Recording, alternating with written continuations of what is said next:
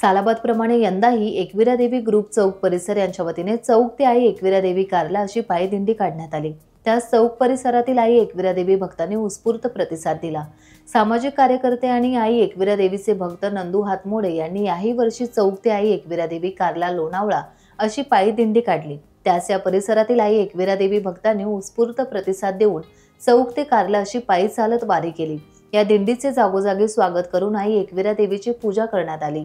चौक परिसरातील आई एकविरा देवी भक्त हेही या दिंडीत सहभागी झाले होते। विनोद भोईर, सागर ओसवाल, सुभाष पवार यांच्यासह अनेक भक्तांनी पायी चालत दिंडीत सहभाग घेतला।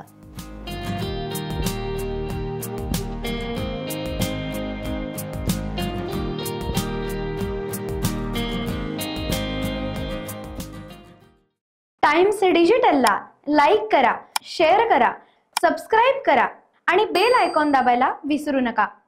Times digital.